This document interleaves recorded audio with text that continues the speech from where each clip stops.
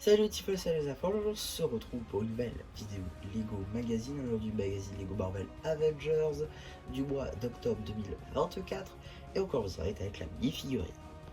Juste ici vous avez la mini-figurine de Loki qui jusqu'à présent était exclusive au set du Léviathan à 45 €, sortie en août 2024, donc toute récente, qu'on obtient donc dans le magazine. Les éléments n'ont rien de vraiment nouveau. Le casque de Loki est un très ancien moule qui a été réutilisé sur diverses figurines du personnage. La tête, pareil.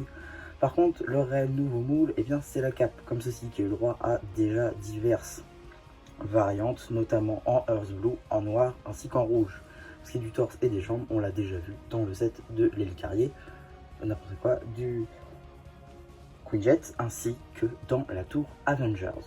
Nous avons quand même le droit à une seconde expression faciale, et voilà l'arrière de la mini-figurine. Pour ce qui est de la cape, c'est quand même plutôt sympa. On est donc sur une cape toute robuste, mais quand même un peu malléable. C'est plutôt pas mal. Et par contre, le seul point négatif que je vois à ce genre de cape, c'est que maintenant la distinction entre les fausses et les véritables figurines Lego peut être un petit peu plus compliquée. En effet, les fausses figurines ont généralement des capes comme celle-ci. A contrario, celles de Lego avaient des capes en tissu. Or, avec ce genre de cape qui maintenant vont inonder les figurines, j'ai un peu peur que la distinction soit un peu plus difficile. En termes d'accessoires, on aura le droit à son sceptre, comme il l'avait d'ailleurs dans sa dernière itération dans le magazine, ainsi qu'au Tesseract, qui est en réalité juste une tête Minecraft sans topographie en bleu transparent, qui n'est pas du tout exclusive étant donné qu'on l'a déjà vu à maintes reprises dans les différents sets Marvel, ainsi que dans le magazine.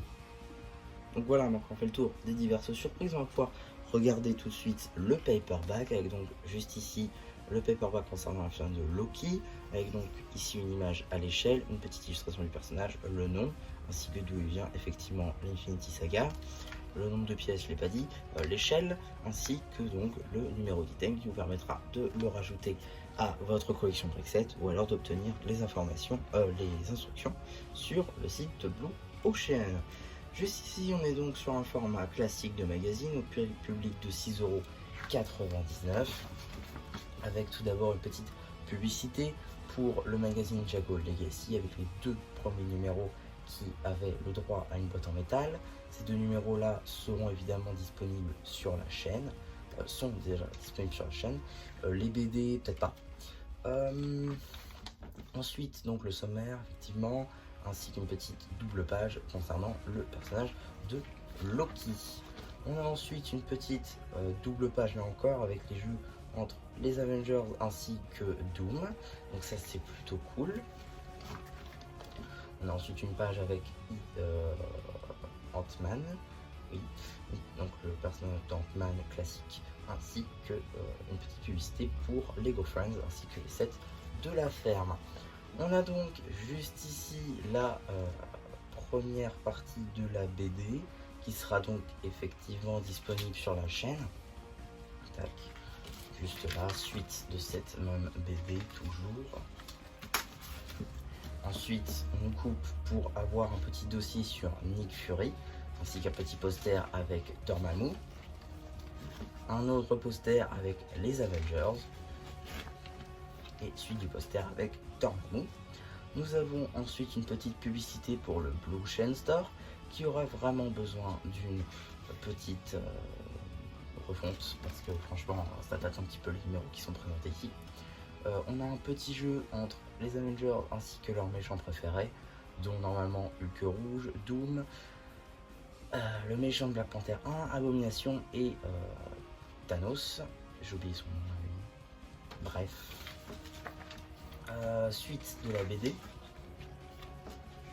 Encore une fois, suite et fin du coup de la BD. Juste là.